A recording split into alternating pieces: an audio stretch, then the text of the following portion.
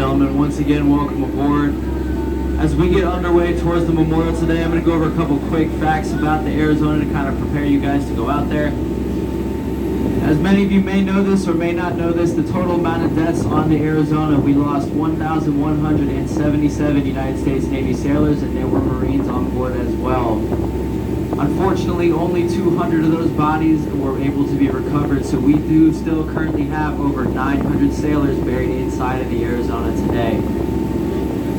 Now, on December 7th, the Arizona was struck by a single aerial bomb into the forward ammunition hold of the ship, which created basically a waiting powder keg. Huge explosion rocked the ship. The backbone was torn out of the ship. The actual hull was launched about 10 feet into the air, and the ship sunk in less than 7 minutes.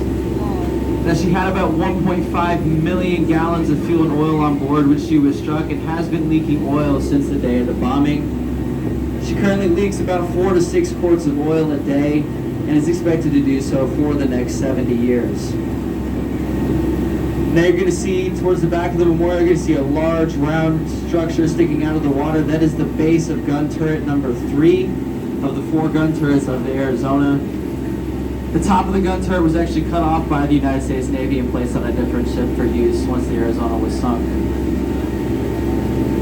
Now, we did have a little bit over 600 people survive the bombing of the Arizona, but that number, 1,177, accounts for about 50% of total deaths in Pearl Harbor that day.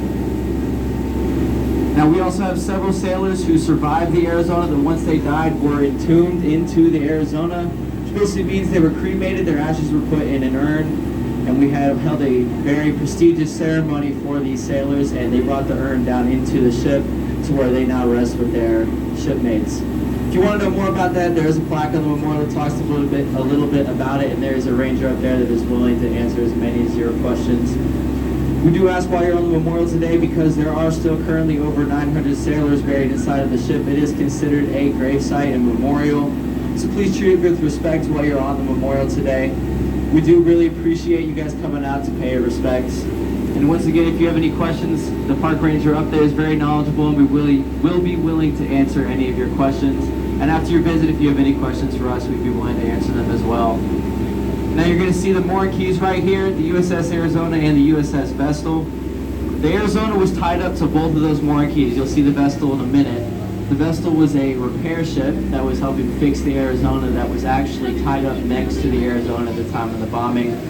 Her lines were cut off, and she escaped just in time before the Arizona sunk.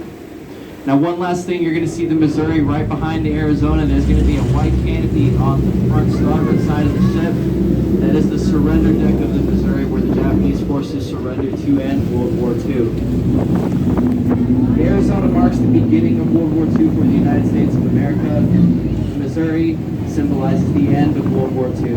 So you have in one picture here the bookends of World War II.